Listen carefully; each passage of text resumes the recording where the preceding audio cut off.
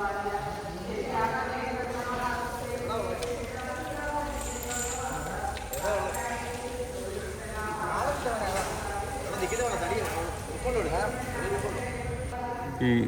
തോട്ടി കാലയെ വെച്ചിട്ട് സാധാരണ ഇതിൽ അടച്ചങ്ങലെയോ ഒന്നും ഇടാതെ ഒരു ബന്ധവസും ഇല്ലാതെ പാപ്പാൻ പോകുന്നത് നീലകണ്ഠനെ പോലെ ആനയെ, അതെന്തായിരിക്കും അങ്ങനെ സംഭവിക്കാൻ കാര്യം? പുള്ളിയ ആനയും തമ്മിൽ ഭയങ്കര വിശ്വാസമാണ്.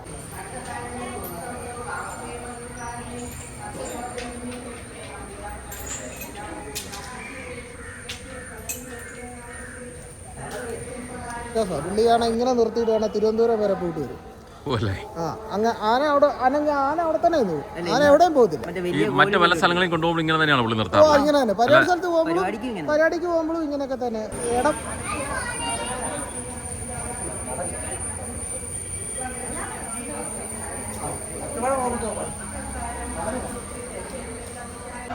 നീലകണ്ഠനെ കുറിച്ച് എന്നാ പറയാനുള്ളത്? നീലകണ്ഠനെ കുറിച്ച് നല്ലതേ പറയാനുള്ളൂ. നീലകണ്ഠൻ ഞങ്ങളുടെ ചെറുക്കടവിൻ്റെ അഭിമാനമാണ്. ഞാൻ പിന്നെ എൻ്റെ ഓർമ്മ വെച്ച കാലം തൊട്ട് അവനെ കാണുന്നതാണ്.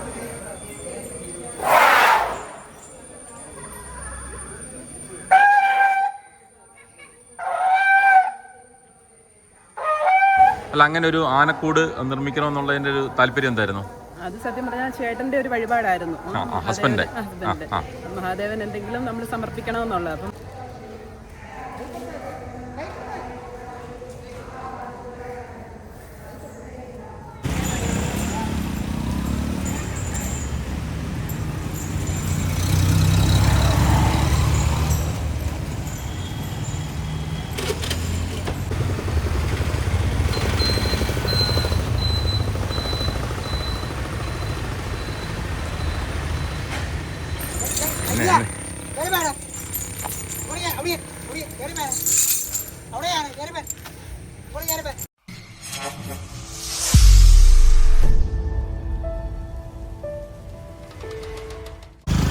നമസ്കാരം, VM പ്രദീപ് മീഡിയ വീണ്ടും സ്വാഗതം. ഗജവീരൻ ചിറക്കടവ് തിരുനീലകണ്ഠന്റെ വഴിയടിയും ക്ഷേത്ര ദർശനവും പാപ്പാൻ സാബുവുമായുള്ള ബന്ധത്തിന്റെ ഉള്ളറകൾ സൂചിപ്പിക്കുന്നതുമായ ഒരു വീഡിയോ ആണിത്. താങ്കൾ ആദ്യമായിട്ടാണ് ഈ ചാനൽ കാണുന്നതെങ്കിൽ ദയവായി VM പ്രദീപ് മീഡിയ സബ്സ്ക്രൈബ് ചെയ്യൂ. കേരളത്തിലെ ശ്രദ്ധേയരായ ഗജവീരന്മാരുടെ നിരവധി വീഡിയോകൾ ഈ ചാനലിൽ ലഭ്യമാണ്. തിരുനീലകണ്ഠനെ അവന്റെ ഏറ്റവും പ്രിയപ്പെട്ട പാപ്പാൻ സാബു പൊൻകുന്നം പുതിയകാവ് ദേവീക്ഷേത്രത്തിലെ ദർശനത്തിനായി കൊണ്ടുപോകുന്ന കാഴ്ചയാണിത്. വഴിയടിച്ച് മുന്നോട്ട് പോകുമ്പോൾ റോഡരികിൽ നിൽക്കുന്ന പച്ചപ്പ് പറിച്ചു തിന്നാൻ ശ്രമിക്കുന്ന ആനയും പാപ്പാൻ അതിനെ നിരുത്സാഹപ്പെടുത്തുകയും ചെയ്യുന്ന കാഴ്ച വളരെ കൗതുകവും ഇവർ തമ്മിലുള്ള ബന്ധത്തിന്റെ ഊഷ്മളത വ്യക്തമാക്കുന്നതുമായിരുന്നു. നീലകണ്ഠൻ ഈ നാടിനേറെ പ്രിയപ്പെട്ടവനാണ്. അതുകൊണ്ട് തന്നെ വഴിയടിച്ച് പൊൻകുന്നം ടൗണിലൂടെ കടന്നു പോകുമ്പോൾ നിരവധി ആളുകൾ പാപ്പാനെയും ആനയെയും വിളിക്കുകയും സ്നേഹ കുശലാന്വേഷണങ്ങൾ നടത്തുകയും ചെയ്യുന്നത് കാണാമായിരുന്നു. സാബു പാപ്പാനും നീലകണ്ഠനും തമ്മിലുള്ള ആത്മബന്ധം വളരെ വലുതാണ്. ഇത് മനസ്സിലാക്കിയ തിരുവിതാംകൂർ ദേവസ്വം ബോർഡ് അദ്ദേഹം പെൻഷൻ പറ്റിയ ശേഷവും ഇപ്പോൾ 1 വർഷത്തേന് കരാർ അടിസ്ഥാനത്തിൽ സർവീസ് നീട്ടി നൽകിയിരിക്കുകയാണ്. ആനയ്ക്കിഷ്ടപ്പെട്ട പാപ്പാൻ ഒപ്പമുണ്ടാവണം എന്ന ദേവസ്വം അധികൃതരുടെയും ഈ നാടിൻ്റെ ആഗ്രഹം സാധ്യമാവുകയായിരുന്നു. നാട്ടാനകൾ ഇടയുന്ന സംഭവങ്ങൾ പതിവ് വാർത്തയായി മാറുന്ന വർത്തമാനകാലത്ത് ഈ പാപ്പാനും ആനയും തമ്മിലുള്ള ബന്ധം നമ്മൾ അറിയേണ്ടതുണ്ട്. ഒരാനയെ എങ്ങനെയാണ് ചട്ടക്കാരൻ അതിൻ്റെ മനസ്സറിഞ്ഞ് പരിപാലിക്കുന്നതെന്ന് സാബു പാപ്പാനെ മനസ്സിലാക്കിയാൽ വ്യക്തമാകും.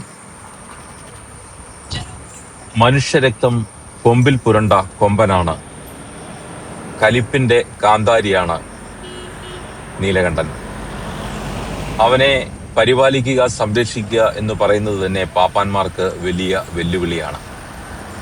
പക്ഷേ സാബു പാപ്പാൻ നീലകണ്ഠനെ കൊണ്ടു നടക്കുന്നത് കണ്ടാൽ ഒരു പൂച്ചക്കുട്ടിയുടെ അത്രയും അരുമയോടെയാണ് അവൻ അദ്ദേഹത്തിന്റെ വാക്കുകൾ അനുസരിക്കുന്നത്. ആനയുടെ മർമ്മമറിയുന്ന പാപ്പാനാണ് സാബു. അതുകൊണ്ട് തന്നെ ആനയുടെ ഓരോ ചലനത്തിലും ഉണ്ട വ്യത്യാസവും മാറ്റങ്ങളും അദ്ദേഹത്തിന് കാലക്കുട്ടി തന്നെ വ്യക്തമായി മനസ്സിലാക്കാൻ ഉള്ള കഴിവുണ്ട്. അതുകൊണ്ടാണ് നീലകണ്ഠനെ പോലൊരു ആനയെ വളരെ നിസ്സാരമായി കൊണ്ടു നടക്കുവാൻ ഇദ്ദേഹത്തിന് കഴിയുന്നതും. സാധാരണ പാപ്പാന്മാർ ഒരാനയെ ബന്ധവസ്ഥനാക്കി നിർത്തുന്നത് ഇടച്ചങ്ങല മുറുക്കി ചെവിക്ക് പിന്നിൽ വലിയ തോട്ടി വെച്ചാണ്. പക്ഷേ സാബു പാപ്പാൻ ആനയെ നിർത്തുന്നത് കണ്ടാൽ നമ്മൾ അത്ഭുതപ്പെടും. തോട്ടിയും വടിയും ആനയുടെ മുൻപാദങ്ങളിൽ വെച്ച് അദ്ദേഹം എത്ര ദൂരെ പോയാലും അവിടെ നിന്ന് നീലകണ്ഠൻ അനങ്ങുകയില്ല. ഈ നിൽപ്പിൽ സ്ത്രീകൾക്കുൾപ്പെടെ യഥേഷ്ടം അവന്റെ അടുത്ത് ചെന്ന് ഭക്ഷണ സാധനങ്ങൾ ഉൾപ്പെടെ നൽകുന്നതിനും ഒരു തടസ്സവുമില്ലത്രേ. ചിറക്കടവിൽ മാത്രമല്ല, മറ്റ് ഉത്സവ പരിപാടികളിൽ ആനയെ കൊണ്ടുപോകുമ്പോഴും വലിയ ബന്ദോബസ്തൊന്നും സാബു ചേട്ടൻ നടത്താറില്ല. സാധാരണ ആനകളെ ക്ഷേത്രങ്ങളിൽ തൊഴുവിക്കാൻ കൊണ്ടുപോകുമ്പോൾ പാപ്പാന്മാർ തോട്ടിയിട്ട് കുത്തിയും ബഹളം വെച്ചുമൊക്കെയാണ് ആനയെ തൊഴിപ്പിക്കാറുള്ളത്. പക്ഷെ ഇവിടെ അങ്ങനെ ഒരു പ്രശ്നം പോലുമില്ല. അദ്ദേഹം ഒന്ന് ചുമച്ചാൽ, കാലിലൊന്ന് തൊട്ടാൽ ആന തുമ്പി ഉയർത്തി വണങ്ങി ചിഹ്നം വിളിച്ച് പാപ്പാൻ ആഗ്രഹിക്കുന്നത് പോലെ ആ ചടങ്ങ് നടത്തും. ആനയെ കൊണ്ട് മറ്റെന്ത് കാര്യങ്ങൾ ചെയ്യിക്കണമെങ്കിലും അദ്ദേഹത്തിന്റെ നോട്ടത്തിലും വടിയുടെ ചലനത്തിലുമെല്ലാം ആന അത് നിർവഹിക്കുന്ന കാഴ്ചയും കാണാറുണ്ട്. നന്നായി തൻ്റെ തൊഴിലറിയാവുന്ന ഒരു പാപ്പാൻ. ഇത്തരം പാപ്പാന്മാരുടെ അഭാവമാണ് ഇന്ന് ആന കേരളം നേരിടുന്ന പ്രധാന വെല്ലുവിളി. വഴിയടി പൊൻകുന്നം ടൗണിലെത്തുമ്പോഴും വാഹനങ്ങൾക്കിടയിലൂടെ തിരക്ക് പിടിച്ച റോഡിലൂടെ അനായാസേന നീലകണ്ഠനുമായി സാബു ചേട്ടൻ റോഡ് കടന്നു പോകുന്ന കാഴ്ച.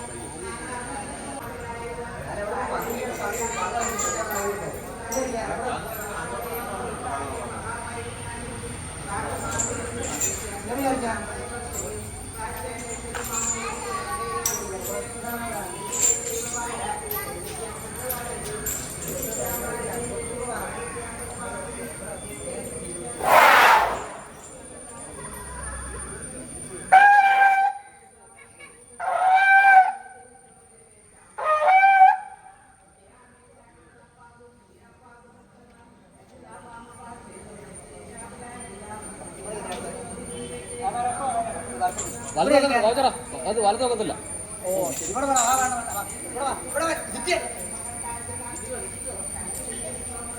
നേതി കഴിഞ്ഞിട്ടല്ലേ പോകുള്ളൂ.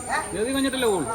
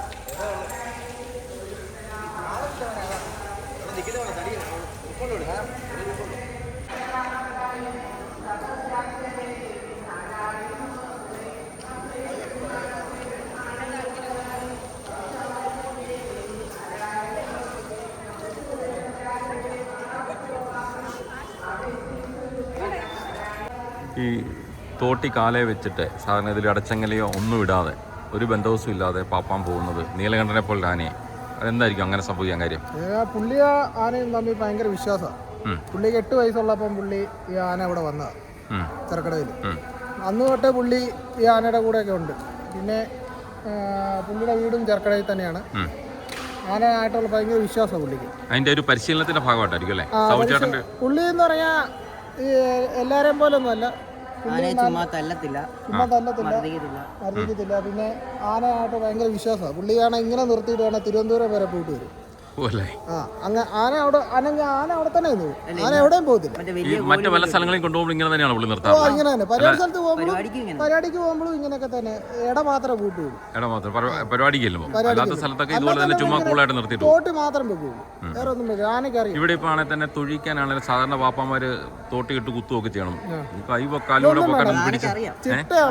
ഭയങ്കര ചിട്ടയുള്ള ഒരു ആന, ഭയങ്കര ചിട്ടയുള്ള ആനയാണ്. ആനക്കറിയാം എന്നെ ചെയ്യേണ്ടതെന്നും. പാപ്പാനൊന്ന് പുള്ളി ചുമച്ചാൽ മതി, ആന തുമ്പിയെ കൈ കിട്ടും.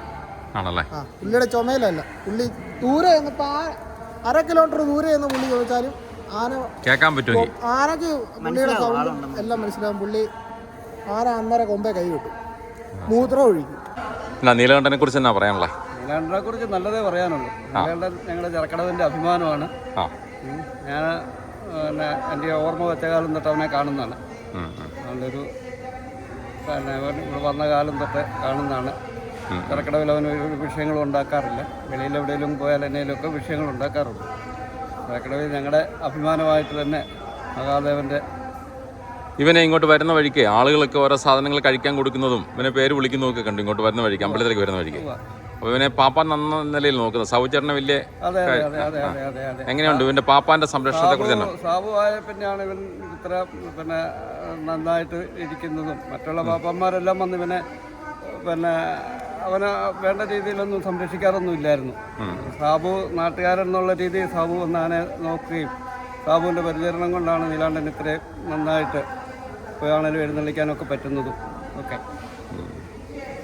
ഇവൻ ഇടയ്ക്കിടയ്ക്ക് അമ്പലത്തിൽ വരുന്നുണ്ടോ? ഇവിടെ വരുമോ? ഇവിടെ വരും. നീരിൽ അഴിച്ചു കഴിഞ്ഞാൽ അടുത്ത സമീപ ദേശങ്ങളിലുള്ളത് ആ ക്ഷേത്രങ്ങളിലെല്ലാം തൊഴാനായിട്ട് കൊണ്ടുപോകാൻ പതിവുണ്ട്. അങ്ങനെ ഇവിടെ എല്ലാ വർഷവും വരുന്നതാണ്. ഇവിടെ നിന്ന് നമ്മുടെ ഈ പൊന്നാമ്പറമ്പ് പിന്നെ പൊൻകുന്നത്തുള്ള പൊന്നാമ്പറമ്പ് കുടുംബക്കാർ മഹാദേവനെ നടക്കി വെച്ചതാണ്. അപ്പോൾ പൊൻകുന്നം പുതിയകാവുമായിട്ട് ഒരു അഭേദ്യമായ ബന്ധമുണ്ട് നീലാണ്ട്. ചേട്ടൻ്റെ പേരെങ്ങനെ? എൻ്റെ പേര് രാധാകൃഷ്ണ കൈമ, ദേവസ്വത്തിൻ്റെ സെക്രട്ടറി. ദേവസ്വത്തിൻ്റെ സെക്രട്ടറി അല്ലേ? ഇപ്പോൾ ഇവനെ ഇവിടെ കൊണ്ട് നിർത്തിയേക്കുന്നു. ഇവൻ്റെ കാലിൻ്റെ ചോട്ടിൽ ആ തോട്ടി വെച്ചേക്കുന്നത് മാത്രമേ ഉള്ളൂ. സാധാരണഗതിയിൽ ഇടച്ചങ്ങലൊക്കെ ഇട്ട് പൂട്ടിയിട്ടൊക്കെയാണ് പാപ്പന്മാർ പോകുന്നത്. അപ്പം സാബുചേട്ടനെ അത്ര വിശ്വാസമാണോ? ശാന്തനാണ്, ചെറുക്കടവിൽ ശാന്തനാണ് എപ്പോഴും. ആണല്ലേ? അപ്പൊ ആ തോട്ടി അവന്റെ കാലെ വെച്ച് അവൻ നിന്നോളും. അല്ല, ഇടച്ചങ്ങലിൽ നിന്നിട്ട് വലിയ ബന്ധവസിന്റെ ഒന്നും ആവശ്യമില്ല. ഇവന്റെ പാപ്പാൻ എങ്ങനെയാണ് ഇവനെ പരിശീലിപ്പിച്ചേക്കുന്നത്? ആണല്ലേ? അപ്പൊ അതുകൊണ്ടായിരിക്കും അവനെ സാധാരണഗതിയിൽ ആൾക്കാർ ഇതുപോലെ ഒരു സ്ഥലത്ത് ഇവനെ കെട്ടിയിട്ട് പോയാല് നമ്മുടെ എല്ലാ ഇവിടെ കുന്നുന്ന ചെറുക്കടവിലൊന്നും ഇവനൊരു വിഷയം ഇതുവരെ ഉണ്ടാക്കിയിട്ടില്ല. ശരി ശരി. വെളിയിലൊക്കെ പോകുമ്പോൾ പാപ്പാന്മാരുടെ രീതി കൊണ്ടാണ് ഈ പ്രശ്നങ്ങൾ ഉണ്ടാക്കിയേക്കുന്നതൊക്കെ. അല്ലാതെ ഇവനെ സംബന്ധിച്ചിടത്തോളം ഒരു വിഷയമില്ല. ഈ ഇവന് തീറ്റയായിട്ട് വന്നോ? ഭക്ഷണം കൊടുക്കാവുന്നതാണോ? ഭക്ഷണം കൊടുക്കാം. എല്ലാ പ്രാവശ്യവും അങ്ങനെ അവിടെ കെട്ടുമ്പോഴെല്ലാം പിന്നെ കൊടുക്കാറുണ്ട്. എങ്ങനെയാ ഇവനെ കുറിച്ചുള്ള ഒരു അഭിപ്രായമൊക്കെ എങ്ങനെയാ? അവനെല്ലാം എന്താ പറയാ, നല്ല ഫ്രണ്ട്ലിയാണ്. മഹാദേവന്റെ പയ്യനായതുകൊണ്ട് തന്നെ ഏറ്റവും കൂടുതൽ ഫ്രണ്ട്ലിയാണ് എല്ലാവരുടെ അടുത്ത്. ഒരു ഐശ്വര്യം തന്നെയാണ് അവനെ കണ്ടിട്ട് ഒരു ദിവസം പോകുക എന്ന് പറഞ്ഞാൽ. നമ്മുടെ അടുത്ത് തന്നെ ഇപ്പം കിട്ടുന്നത്, അതുകൊണ്ട് യൂഷ്വലി നമുക്ക് എപ്പോഴും കാണാൻ പറ്റുന്നുണ്ട്. അത് തന്നെ ഭാഗ്യം. അവിടെ ചെല്ലും കാണാൻ ചെല്ലും. അല്ല, നമ്മുടെ വീട്ടിൽ നിൽക്കുമ്പോൾ തന്നെ വിസിബിൾ ആണ്. ഇത് ഇപ്പൊ എന്നാ കൊടുക്കാൻ കൊണ്ടുവന്നേക്കുന്നേ? ഇപ്പം സത്യം പറഞ്ഞാൽ പഴം കിട്ടിയില്ല, അതുകൊണ്ട് വെള്ളരിക്ക ഇഷ്ടമാണെന്ന് പറഞ്ഞു. വെള്ളരിക്കയും ശർക്കരയും മേടിച്ചു അല്ലേ? Thank you. ആണോ? ആനക്ക് സമർപ്പിക്കാൻ പറ്റി. ശരി ശരി. അത് അവിടെ തറി നിർമ്മിച്ചല്ലേ? ശരി. അങ്ങനെ നന്നായിട്ടുണ്ടത്. അത്ര പൊക്കത്തിലല്ലെങ്കിൽ പിന്നെ അത് വയലന്റ് ആകുന്ന സമയങ്ങളിൽ അല്ലെങ്കിൽ വലിച്ചെറിയാൻ സാധ്യത. ശരി ശരി. എങ്ങനെ പേരെങ്ങനെ? എന്റെ പേര് ഡോക്ടർ രഞ്ജന. അല്ല, അങ്ങനെ ഒരു ആനക്കൂട് നിർമ്മിക്കണമെന്നുള്ളതിന്റെ ഒരു താല്പര്യം എന്തായിരുന്നു? അത് സത്യം പറഞ്ഞാൽ ചേട്ടന്റെ ഒരു വഴിപാടായിരുന്നു. ഹസ്ബൻഡ് മഹാദേവൻ എന്തെങ്കിലും നമ്മൾ സമർപ്പിക്കണമെന്നുള്ളത്. അപ്പം ബാക്കി നോക്കുമ്പോൾ എല്ലാ ഫെസിലിറ്റീസും അവിടെ തന്നെ ഉണ്ട്. പിന്നെ ഇത് സാബുചേട്ടൻ ഇങ്ങനെ ഒരു താല്പര്യം പറഞ്ഞു. സാബുചേട്ടൻ പെൻഷനാവുന്നതിന് മുന്നായിട്ട് നമുക്കൊരു ആനപ്പറി അതിനൊരു ആലയം വേണം എന്നുള്ളത് ഇങ്ങനെ ഒരു ഐഡിയ പറഞ്ഞതുകൊണ്ട് അപ്പം ഭഗവാൻ തന്നെ മനസ്സ് തോന്നിപ്പിച്ചു അത് തന്നെ ആകട്ടെ എന്ന്. എന്ന് പറഞ്ഞാൽ ഞങ്ങൾക്ക് എല്ലാവർക്കും അതുപോലെ വേണ്ടപ്പെട്ട ആളാണ്. അത് കെട്ടിക്കൊണ്ടിരിക്കുകയാണ്. അതെ അതെ. ബാക്കി കുറച്ച് പണികളുണ്ട്. ഏതായാലും ഇപ്പം അതിന് മുന്നായിട്ട് തന്നെ അതിൻ്റെ സമർപ്പണം അങ്ങ് നടത്തി എന്നുള്ളത്.